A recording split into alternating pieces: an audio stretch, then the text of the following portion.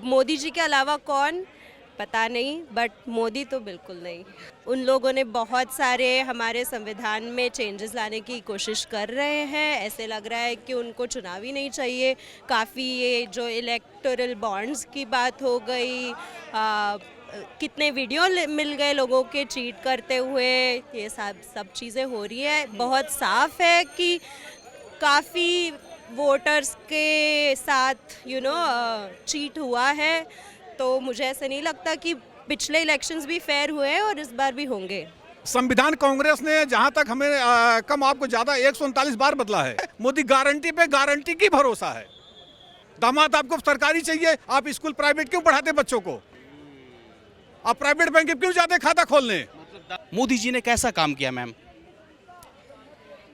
हमारी इकोनॉमी के तौर पे देखा जाए तो अभी कह रहे हैं कि हमारी सबसे फास्टेस्ट ग्रोइंग इकोनॉमी है, पर अगर हमारे रिलीजियस सेंटिमेंट्स की बात की जाए तो पहले जितनी नहीं होती थी उतनी अब आजकल मारामारी हो जाती है इन चीज़ों पे देश मतलब में। मोदी जी ने काम अच्छा किया या खराब किया 10 सालों में? मुझे ऐसा नहीं लगता कि बहुत अच्छा काम हुआ है। एवरेज हुआ है। तो इस बार भी इलेक्शन है, जनता किसको चुनेगी, किसके तरफ जा रही है? पता नहीं बट आपका पसंद क्या है? मैं तो मोदी जी को वोट नहीं करूँगी। वोट नहीं करेंगे, ठीक है, कोई नहीं। मोदी जी को वोट क्यों नहीं करेंगे? कोई रीजन होगा, कोई कारण? उन लोगों ने बहुत सारे हमारे संविधान में चेंजेस लाने की कोशिश कर रहे हैं। ऐसे लग रहा है कि उनको चुनाव ही नहीं चाहिए।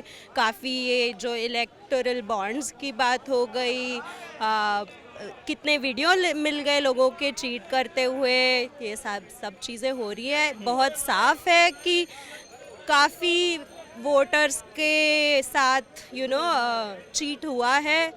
तो मुझे ऐसा नहीं लगता कि पिछले इलेक्शंस भी फेयर हुए हैं और इस बार भी होंगे। तो बदलाव क्या होगा? कौन विकल्प है मोदी जी के सामने? कौन चेहरा है जिसको आप पसंद करेंगी, जिसके साथ आप लोग जाना चाह रही हैं? ये तो मैं नहीं बोल सकती। ऐसे तो मुझे ऐसे नहीं लगता कि हमारे देश में अभी जो कोई भी लीडर है वो इतने एफिशिएंट है, इतने अच्छे लीडर है। तो मोदी जी के अलावा कौन पता नहीं, बट मोदी तो बिल्कुल नहीं। जितना मैंने अभी दिल्ली में देखा है उतना केजरीवाल का काम अच्छा लग रहा है। अच्छा लग रहा है। लेकिन अभी फिलहाल केजरीवाल खुद तिहाड़ जेल में है।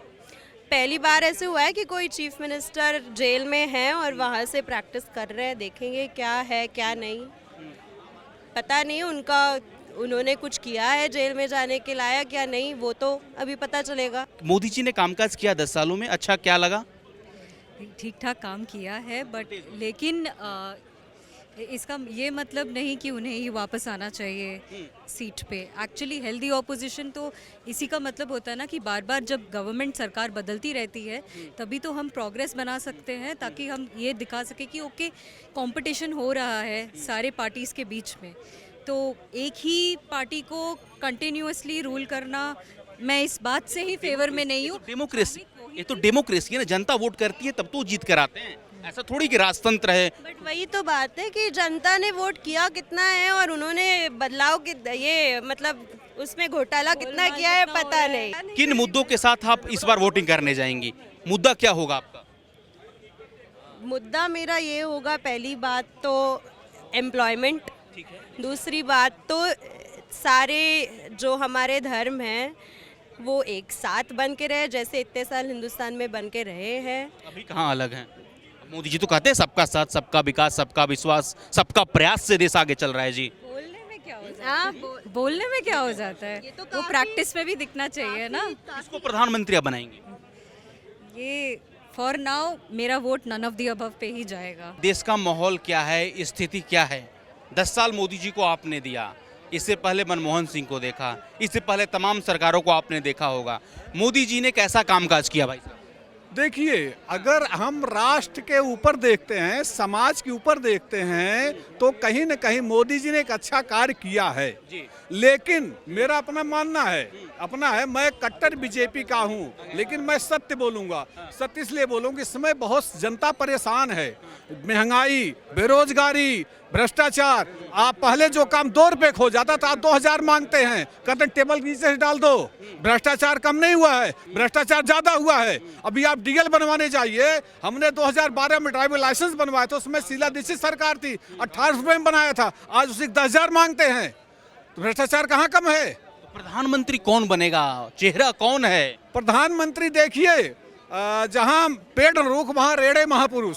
इस समय नरेंद्र मोदी के आगे तो कोई है ही नहीं, ना आगे है ना पीछे है, तो प्रधानमंत्री तो वही बनेंगे। तो फाइट कैसे होगा? लोकतंत्र में तो लड़ाई तो जरूरी है ना सर। लड़ाई कर रहे हैं ना, सारे सब एक हो गए हैं। इंडिया अलायंस जो बनाए हैं, गठबंधन बनाए हैं, लड़ाई कर रहे हैं। लेकिन लड़ाई क्या नतीजा निकलेगा तो 4 जून को पता चल जाएगा। अच्छा, कागज पर गठबंधन है या फिर दिल से दिल मिल रहा है? नहीं, ये तो सिर्फ कागज गठबंधन, इनका दिल कभी मिल ही नहीं सकता। क्योंकि 2022 में राहुल गांधी अखिलेश जी चुनाव लड़े थे, तो राहुल गांधी उनकी साइकिल पंचर करके भाग लिए थे।